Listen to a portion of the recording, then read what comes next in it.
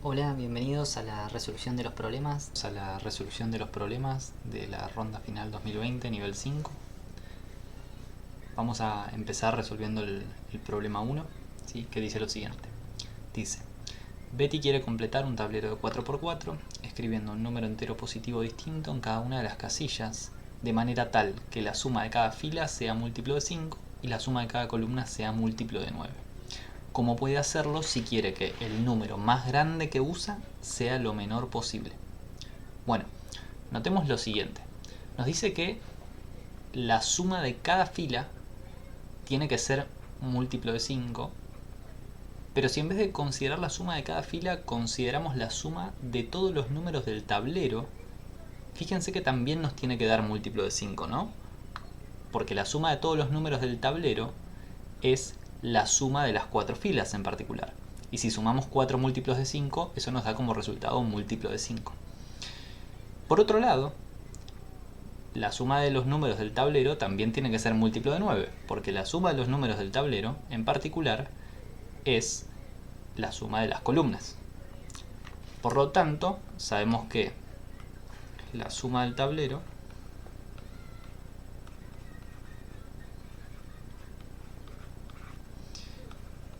es múltiplo de 5 y de 9.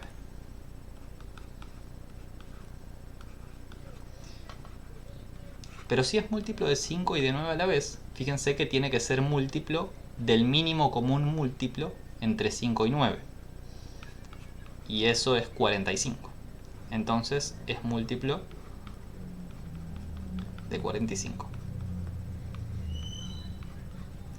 Bueno, sabiendo esto, más o menos nos podemos dar una idea de cuánto tiene que valer la suma de los números del tablero. ¿Por qué? Porque sabemos que tiene que ser un múltiplo de 45, pero al mismo tiempo sabemos que todos los números del tablero son distintos. Por lo tanto, la suma de los números del tablero, que son 16 números, tiene que ser mínimamente la suma de los números del 1 al 16. Porque eso es lo más chico que pueden valer los números dado que son distintos. Ahora, ¿cuánto vale esta suma? Bueno, acá podemos aplicar o bien sumarlos de a uno en la calculadora, o podemos usar la propiedad de suma de Gauss, que nos dice que la suma de estos números es 16 por 17 dividido 2, ¿de acuerdo? Y esto al final del día me termina dando 136. ¿Esto qué nos dice? Nos dice que la suma de los números del tablero tiene que ser por lo menos 136, pero además tiene que ser un múltiplo de 45. Si nos fijamos los múltiplos de 45, el múltiplo de 45 más chico, que es por lo menos 136, es 180. Entonces la suma del tablero tiene que ser por lo menos 180. Bien. O el siguiente múltiplo de 45 en caso de no poder lograr 180. Bien. Entonces, ¿cuál va a ser el menor número más grande que puedo usar en el tablero? Supongamos que ya sabemos que 16 no es, ¿no? Porque si sumamos los números del 1 al 16 me da 136. Supongamos por un momento que es 17. ¿Qué es lo más grande que podemos lograr en la suma del tablero si sabemos que todos los números son como mucho 17? Bueno, lo más grande que podemos lograr es usar los 16 números del 2 al 17. Pero esto suma 152. O sea que todavía no llegamos a 180. Esto no nos sirve. Ahora, supongamos entonces que son todos más chicos que 18. 18 o menos. La suma más grande que puedo lograr con números menores o iguales que 18 es la suma de los números del 3 al 18. Pero esto suma 168. O sea que tampoco nos sirve que usar los números hasta el 18. Esto quiere decir que el número más grande tiene que ser por lo menos 19. ¿Sí? El número más grande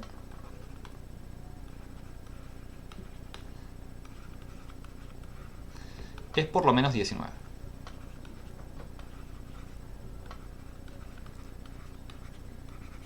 Bien. Dicho eso, si nosotros lográsemos encontrar un ejemplo en el que el número más grande es exactamente 19, terminamos el problema. Porque ya probamos que el número más grande no puede ser más chico que 19. Tiene que ser por lo menos 19. Entonces necesitamos o bien encontrar un ejemplo con 19, o bien probar que con 19 no se puede y seguir intentando con números más grandes. Pero yo les prometo que hay un ejemplo con 19. Vamos a ver que efectivamente lo hay. Acá podemos poner un 7, por ejemplo. Acá un 9, acá un 15, acá un 4, acá un 8, acá un 6, acá un 10, acá un 11, acá un 14, acá un 13, acá un 1, acá un 12, acá un 16, acá un 17, acá un 19 y acá un 18. Si uno escribe este tablero, uno puede verificar que estamos usando todos números que son a lo sumo 19, que en cada fila suma un múltiplo de 5 y que en cada columna suma un múltiplo de 9. ¿Sí? Esto se puede chequear. Este ejemplo funciona y por lo tanto terminamos el problema. ¿Por qué? Porque cumplimos con las dos tareas que teníamos, que era probar que el número más grande era al menos 19 y después mostrar un ejemplo con 19 para probar que efectivamente ese número era posible. Bien. Bueno, ahora pasemos al problema 2. El problema 2 nos dice lo siguiente. 3 cartas, con un número entero positivo escrito en cada una, se ponen boca abajo en una mesa. Se les dice a Ana, Beto y Carla que los números de las 3 cartas son todos diferentes y en total suman 13 y están acomodados en orden de menor a mayor de izquierda a derecha. Entonces tenemos 3 números, vamos a llamarlos A, B y C, que suman 13. Y sabemos, bueno, que A tiene que ser menor que B y B tiene que ser menor que C. En primer lugar, Ana mira el número de la carta situada en el extremo izquierdo, la A, y conociendo ese número no puede determinar qué números hay en las otras dos cartas. Y dice, no tengo suficiente información para determinar los otros dos números. Después Carla hace lo mismo con la carta a la derecha. Y conociendo ese número, dice, no tengo suficiente información para determinar los otros dos números. Y finalmente, Beto hace lo mismo, pero con la carta del medio. Ahora, suponemos que cada una de las 3 personas razona perfectamente bien y que saben también que las otras personas razonan perfectamente bien. Y nos preguntan, ¿cuál es el número que estaba escrito en la carta del medio? ¿Y cómo lo determinaron? Bueno, una cosa que podemos hacer, hay varias soluciones para este problema, pero una buena manera de empezar sería escribiendo todas las formas de sumar 13 con números en orden creciente, que no son muchas. Para asegurarnos de escribirlas todas, porque eso es importante, las podemos ir escribiendo en orden. Por ejemplo, empezando cuando A vale 1 y B vale lo menor posible dado que A es 1, que es 2. ¿Sí? En este caso nos va a quedar que C tiene que valer 10 para que sume 13. Ahora, lo siguiente, si queremos ir ordenados, sería poner un 3 acá. Pero ahora este 10 tiene que ser un 9. Si seguimos de esta forma, ahora tenemos que escribir 1 más 4 más 8. Siguiendo, me queda 1 más 5 más 7. Pero fíjense que ahí se terminaron las que empiezan con 1, porque la siguiente sería 1 más 6 y tendría que poner otra vez un 6. Así que ahora empezamos con las que empiezan con 2. Me queda 2 más 3 más 8. Y ahora 2 más 4 más 7. Y la siguiente es 2 más 5 más 6. Y por último tenemos la opción, acá se terminaron las que empiezan con 2, por último tenemos la opción 3 más 4 más 6. Y fíjense que no hay más, porque la siguiente opción sería 3 más 5 más 5, pero no podemos repetir. Y ya las que empiezan con 4, ¿sí?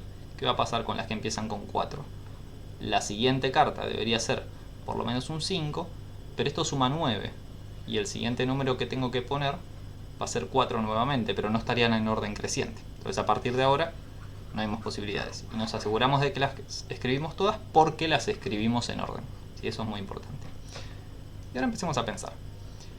Supongamos que a Ana le toca ver un 3 primero, ¿no? ¿cuántas opciones hay que empiezan con un 3? Bueno, hay una sola. O sea que si a Ana le toca un 3, ya sabe que la combinación es 3, 4, 6. Por lo tanto, esta opción no puede ocurrir, porque Ana había prometido que no podía determinar los otros dos números con certeza. Después, supongamos que a Carla, ya en el segundo turno, ya sabemos que esta opción no tocó, ¿no? En el primer turno esta opción no tocó, así que tiene que hacer alguna de todas las demás. Ahora le toca a Carla. Va a hacer alguna de todas estas opciones. Pero fíjense que la opción que termina en 6, la opción que termina en 9 y la opción que termina en 10 son únicas, ¿no? Son las únicas que cumplen esa característica, terminar en 6, 9 o 10. Por lo tanto, estas cartas no pueden ser las que ve Carla, porque si no podría determinar los otros dos números. Si le toca el 10, sabe que los otros dos son 1 y 2. Si le toca el 9, sabe que los otros dos son 1 y 3. Y si le toca el 6, sabe que los otros dos son 2 y 5, y no 3 y 4. Porque si hubiesen sido 3 y 4, Ana hubiera adivinado en el primer turno. Esta opción ya estaba descartada. Así que si la tercera carta es un 6, Carla, sabiendo que Ana no tiene la suficiente información para determinar las otras dos cartas, sabe que la carta de Ana es 2 y la carta de Beto es 5. Bien, ahora nos quedamos con estas cuatro opciones. Pero fíjense que si Beto ve un 3, puede determinar que las otras dos cartas son 2 y 8. Y si ve un 5, puede determinar que las otras dos cartas son 1 y 7, porque de las cuatro opciones que nos quedan, son las únicas que cumplen esa característica.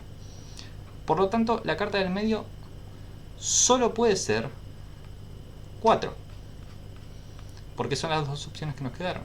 Y fíjense que es cierto, porque para 4 hay dos posibilidades. Por lo tanto, la respuesta al problema es que la carta del medio debe ser 4. Todas las otras configuraciones fueron descartadas. Bien, eso es todo sobre el problema 2. Ahora vamos a pasar al problema 3. El problema 3 nos dice lo siguiente. Diego escribe en el pizarrón todas las maneras de escribir 20, 20, 20, 20 como producto de algunos enteros mayores que 1. Por ejemplo, algunas de las formas que escribe son 20, 20, 20, 20, 10, 10, 10, 10 por 2 y 2 por 10, 10, 10, 10. Fíjense que el orden importa, ¿no? Justamente el ejemplo lo que nos está diciendo es que esta manera y esta manera son distintas. Bueno, dicho eso, nos preguntan ¿cuántas formas escribió Diego en el pizarrón? Y cómo las contaron. Y después cuántos números escribió en total y cómo los contaron. Para resolver este problema, algo que nos va a ser útil es separar en casos. Separar en casos según cuántos factores hay en el producto. Eso va a ser lo que nos va a ser útil, ¿sí? Entonces vamos a empezar. Supongamos que lo vamos a hacer con un solo número. ¿Cuántas maneras hay de escribir 20, 20, 20, 20 como producto de un solo número? Bueno, hay una sola forma, ¿no? Hay una sola forma que es poner el número 20, 20, 20, 20. Pero ahora supongamos que lo vamos a hacer con dos factores. Si lo hacemos con dos factores, bueno, ahí se pone un poco más complicado, ¿no? Algo que vamos a necesitar para resolver este problema es la factorización en primos del 20, 20, 20, 20. La factorización en primos de este número es 2 al cuadrado por 5 por 73 por 101 por 137. Bien. Una vez que tenemos esto, podemos pensar lo siguiente. Queremos distribuir los factores primos en estas dos cajitas. Si alguna cajita queda vacía, entonces vamos a interpretar como que hay un 1, ¿sí? Y si no está vacía, vamos a interpretar como que multiplicamos todos los factores primos que metimos en esa caja. Por ejemplo, si en una caja metimos el 5 y el 2, vamos a interpretar que en esa caja hay un 10. 5 por 2, 10.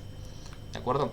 Entonces, fíjense que el problema se reduce a repartir estos primos en estas dos cajitas y todo lo que esté dentro de cada cajita multiplicarlo. De nuevo, si no hay nada en la cajita, interpretamos que hay un 1. ¿Cuántas maneras tenemos de distribuir estos primos en estas dos cajitas? Bueno, fíjense que cada uno de los primos que tienen exponente 1 pueden ir a cualquiera de las dos cajas. Por lo tanto, todos tienen dos opciones. Así que en principio, la cantidad de maneras de distribuirlos es 2, porque hay dos maneras de ubicar el 5, por 2, porque hay dos maneras de ubicar el 73, por 2, porque hay dos maneras de ubicar el 101, por 2, porque hay dos maneras de ubicar el 137. Pero ahora me faltan ubicar los dos factores 2. Los dos factores 2 pueden ir juntos o pueden ir separados. Fíjense que si van juntos tienen dos posibilidades. Ir los dos juntos acá o ir los dos juntos acá. Y si están separados hay una posibilidad sola. Que estén uno en una caja y el otro en la otra. Por lo tanto tenemos maneras de ubicar los dos. 2 más 1. En total 3, ¿no? Fíjense que esto nos da un total de 48 maneras. Pero ¿qué pasa? Estas son todas las maneras de escribir 20, 20, 20, 20 como producto de dos enteros mayores que 1. Casi, no exactamente. Fíjense que estamos dando permiso a que alguna de las dos cajitas tenga solo un 1. Por lo tanto habría que restar esos dos casos. ¿Y cuáles son esos dos casos? Bueno, esos dos casos son cuando hay un 1 a la izquierda o cuando hay un 1 a la derecha. Y en el otro lado está el 20, 20, 20, 20. Por lo tanto, la cantidad de maneras total es 48 menos 2, que es 46. Esta es la cantidad de formas con dos factores, ¿sí? Esta. Bien. Ahora vamos a contar la cantidad de formas con tres factores, ¿sí? Dibujamos tres cajitas y vamos a tratar de razonar de una manera similar al caso anterior. Bien. En principio, para cada uno de los primos con exponente 1, tenemos tres maneras de ubicarlos. Pueden ir a la primera caja, a la segunda o a la tercera. Por lo tanto, para ubicar esos primos tenemos 3 por 3 por 3 por 3 maneras de ubicarlos. Y ahora hay que multiplicar por la cantidad de maneras de ubicar los factores 2. Pero de nuevo, los factores 2 pueden ir juntos, o sea que tienen tres posibilidades, que estén juntos acá, que estén juntos acá o que estén juntos acá. O pueden ir separados. Cuando van separados, la cantidad de maneras que hay de ubicarlos es el número combinatorio 3 tomados de 2. ¿Sí? Eso quiere decir cuántas maneras hay de elegir dos lugares entre 3. ¿Sí? Si uno hace esta cuenta, obtiene como resultado 486. ¿Pero estas son todas las posibilidades? Bueno, de nuevo, casi, pero no. Porque tenemos que considerar que dentro de todas estas posibilidades contamos algunas en las que hay algunos unos. Puede haber un 1 acá, un 1 acá, un 1 acá, o algunos unos acá, o algunos unos acá. Bueno, o también puede haber algunos unos acá. Bien, para esto lo que vamos a hacer es, según la cantidad de unos, ir restando los casos, reutilizando el caso anterior. ¿Por qué reutilizando los casos anteriores? ¿Por qué reutilizándolos? Bueno, fíjense que si hay un solo 1, entonces significa que los dos anteriores no son unos. Y si acá hay un 1, estos dos tienen que multiplicar 20, 20, 20, 20. O sea que la cantidad de maneras que hay de rellenar estos dos es el caso anterior, que es 46. Entonces a 486, en principio lo tengo que restar 3 veces 46. ¿Por qué 3 veces? Porque hay 3 maneras de que haya un 1 en estas 3 cajitas. Y ahora tengo que considerar el caso en el que hay dos unos. Pero el caso en el que hay dos unos se reduce al caso en el que había una sola forma. Ahora, ¿cuántas maneras hay de ubicar dos unos? Bueno, hay 3 maneras de ubicar dos unos. Puedo pensar en que estoy dejando siempre uno afuera. Y hay 3 maneras de dejar uno afuera. Que de hecho es lo mismo que dijimos antes de el número combinatorio 3 tomados de 2. De hecho, el número combinatorio 3 tomados de 2 justamente da 3 por esta razón que acabamos de explicar. Y este 3 lo multiplicamos por 1, porque había una sola forma en este caso.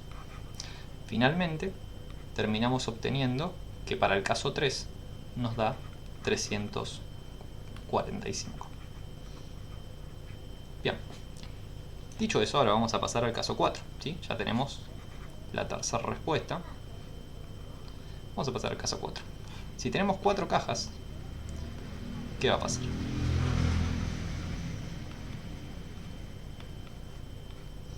Bueno, en principio, de nuevo, cada uno de los primos que tienen exponente 1 van a tener 4 posibilidades. O sea que vamos a tener 4 por 4 por 4 por 4. De hecho, ya podríamos ir abreviando y poner 4 a la cuarta, ¿no? Que eso es 4 por 4 por 4 por 4. Y después faltan los 2 factores 2. Los 2 factores 2 de nuevo pueden ir juntos, en cuyo caso hay 4 posibilidades, porque pueden ir juntos en cualquiera de las 4 cajas, o separados. Para la cantidad de maneras de ponerlos separados es el número combinatorio 4 tomados de a 2, es decir, la cantidad de maneras que hay de elegir 2 lugares entre 4. Si uno hace esta cuenta, lo que obtiene es el número 2560. Pero de nuevo, hay que restar los casos en los que hay algunos unos, ¿sí? Entonces vamos a separar según cuántos unos hay. Si hay un 1, esto se reduce al caso 3. El caso 3 da 345 y hay 4 maneras de ubicar un solo 1. Así que tengo que restar 4 veces 345. Si hay 2 unos, se reduce al caso 2 y hay 4 tomados de a 2 maneras de elegir 2 unos en los 4 lugares. Así que tengo que restar 4 tomados de 2 por 46, que era el resultado anterior. Y si hay 3 unos, esto se reduce al caso 1. ¿Sí? ¿Cuántas maneras hay de ubicar 3 unos en 4 lugares? Bueno, 4 maneras, porque elijo cuál dejo afuera. Así que tengo que restar 4 veces por 1, porque es la cantidad de maneras de completar el cuarto casillero para que multiplique 20, 20, 20, 20. Una vez que hacemos esta cuenta, lo que obtenemos es el resultado 900. Así que ya tenemos el caso con 4 cajitas. Ahora vamos a resolverlo con 5 cajitas. ¿Sí? Como se puede ver, a partir de ahora el razonamiento va a ser muy similar en todos los casos. Y siempre vamos a reutilizar los casos anteriores. Por eso es importante que los hagamos en orden también. ¿Sí? Bueno, nuevamente, tenemos 5 cajitas. Cada uno de los factores primos con exponente 1 tiene 5 posibilidades. Por lo tanto, ya tenemos 5 a la cuarta maneras de ubicarlos. Pero ahora hay que multiplicar por la cantidad de maneras de ubicar los 2 factores 2. Estos 2 factores 2 pueden ir juntos o separados. De nuevo, si van juntos, tienen 5 posibilidades, porque pueden ir juntos en cualquiera de las 5 cajas. Y si van separados, tienen 5 tomados de a 2 maneras de ser ubicados, porque hay 5 lugares y quiero elegir 2. Bueno, si uno hace esta cuenta, el resultado que obtiene es 9375. Pero ahora a 9375 hay que restarle los casos que no queremos considerar, que es cuando tienen algunos unos. Bien. Fíjense que puede haber un solo 1, 2 unos, 3 unos o 4 unos. Bien. Entonces vamos a ir en orden. Si hay un 1, hay 5 maneras de ubicar un solo 1. Y eso hay que multiplicarlo por la cantidad de maneras de escribir 20, 20, 20, 20 en 4 cajitas. Bueno, eso era el caso anterior, que es 900. Ahora hay que restarle, si hay 2 unos, la cantidad de maneras de ubicar 2 unos es 5 tomados de 2. Y eso hay que multiplicarlo por la cantidad de maneras de rellenar las 3 cajitas que faltan. Pero eso es el caso 3. Y el caso 3 habíamos dicho que daba 345. Ahora, si hay 3 unos, hay que ver la cantidad de maneras de llenar las 2 cajas que faltan. Eso es el caso 2, que daba 46. ¿Cuántas maneras hay de ubicar los 3 unos? Bueno, 5 tomados de a 3. Que casualmente va a ser lo mismo que 5 tomados de a 2, porque es lo mismo que elegir cuáles 2 dejo afuera.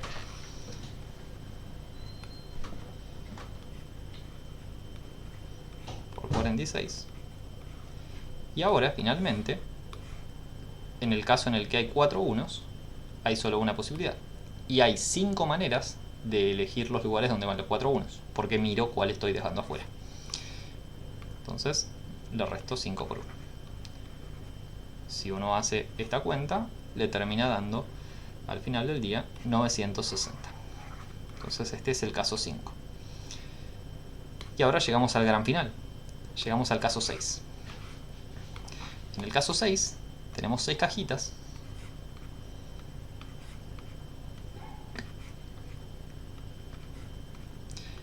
Bien. Y vamos a hacer la cuenta. De nuevo, teníamos 4 factores primos, ¿sí?, con exponente 1. Cada uno de esos puede ir en cualquiera de las 6 cajitas. Así que hay 6 a la cuarta maneras de ubicar esos 4 factores primos. 6 por 6 por 6 por 6. ¿Sí? Hay 6 maneras de ubicar un primo, 6 maneras para el otro, 6 maneras para el otro y 6 maneras para el otro. Además hay que multiplicar por la cantidad de maneras de ubicar los dos factores 2. Si están juntos hay 6 posibilidades, porque pueden ir juntos en cualquiera de las 6 cajas. Si están separados, hay 6 tomados de a 2 maneras de ubicarlos. Esta cuenta al final del día da 360. Perdón, eso es lo que da después. Da 27.216. Ahí está. Ahora, una vez que hicimos esta cuenta, tenemos que restar los casos en los que hay algunos unos en las cajas. Si hay un solo 1, tenemos 6 maneras de ubicar un 1. Y la cantidad de maneras de rellenar las cajas que faltan es el caso 5. El caso 5 dijimos que daba 960. Ahora, si hay 2 unos, la cantidad de maneras de ubicar 2 unos entre las 6 cajas es 6 tomados de a 2. Y eso hay que multiplicarlo por el caso 4. El caso 4 nos había dado 900. Después, si hay 3 unos, la cantidad de maneras de ubicar 3 unos es 6 tomados de a 3. Y eso hay que multiplicarlo por el caso 3, porque nos sobran, como verán, 3 cajas. ¿Sí? Estos unos yo los voy ubicando así, pero en realidad podrían estar en cualquier lado. Lo importante es que sobran 3 cajas. Bien, y el caso 3 habíamos dicho que nos daba 345. Ahora, si hay 4 unos, ¿cuántas maneras hay de ubicar 4 unos? Bueno, hay 6 tomados de a 4, ¿sí? Que va a ser lo mismo que 6 tomados de a 2, porque es lo mismo que contar los dos que... ¿Cuántas maneras hay de elegir los dos que dejo afuera? Pero bueno, escribámoslo explícitamente, 6 tomados de a 4. ¿Sí? Lo importante es que si uno quiere hacer esta cuenta, alcanza con haber hecho esta otra, ¿sí? Va a ser el mismo número. Y esto lo multiplicamos por el caso 2, porque sobran 2 cajitas. Acá da 46. Y por último, si hay 5 unos, hay 6 maneras de que haya 5 unos, porque elijo el que queda afuera. Entonces, 6 por el caso 1, pero el caso 1 daba una sola manera, así que menos 6 por 1. Bueno, ahora sí, si uno hace esta cuenta, termina obteniendo el resultado 360, como dije antes. Y ahora podemos sumar todos estos resultados, ¿sí? Hacemos zoom para afuera y nos fijamos todos los resultados que obtuvimos, ¿sí?, para tener la respuesta final. Fíjense que la cantidad de maneras es el caso 1, que daba 1, el caso 2 que da 46, el otro que da 345, el caso 4 que da 900, el caso 5 que da 960, el caso 6 que da 360. Entonces hacemos la suma. 1 más 46 más 345 más 900 más 960 más 360. Por lo tanto, la respuesta al problema es 2612. Eso es la respuesta a la primera pregunta, ¿sí? La primera pregunta nos decía cuántas formas escribió Diego en el pizarrón, que esto era la manera de, bueno, escribirlo en diferente cantidad de cajitas. Pero ¿cuántos números enteros se escribió en total? Bueno, fíjense que ahora que lo hicimos por cajitas, separando en casos, es bastante fácil, ¿no? ¿Por qué? Porque va a usar un número por cada forma con una cajita, por cada forma con una cajita, ¿sí? 2 números por cada forma con 2 cajitas, 3 números por cada forma con 3 cajitas, 4 números por cada forma con 4 cajitas, 5 números por cada forma con 5 cajitas y 6 números por cada forma con 6 cajitas. Por lo tanto, la segunda respuesta va a ser 1 por la cantidad de números que usó con una cajita, 1, más el caso de 2 cajitas, usa 2 números y hay 46 formas de 2 cajitas. Después, 3 números usa en 345 formas que usan 3 cajitas. 4 números usa en las 900 formas con 4 cajitas. 5 números usa en las 960 formas con 5 cajitas. Y 6 números usa en las 360 formas con 6 cajitas. Y este resultado, si uno hace la cuenta, da 13.308. Con esto terminamos la solución al problema número 3. Y con esto termina la resolución de problemas. Muchas gracias.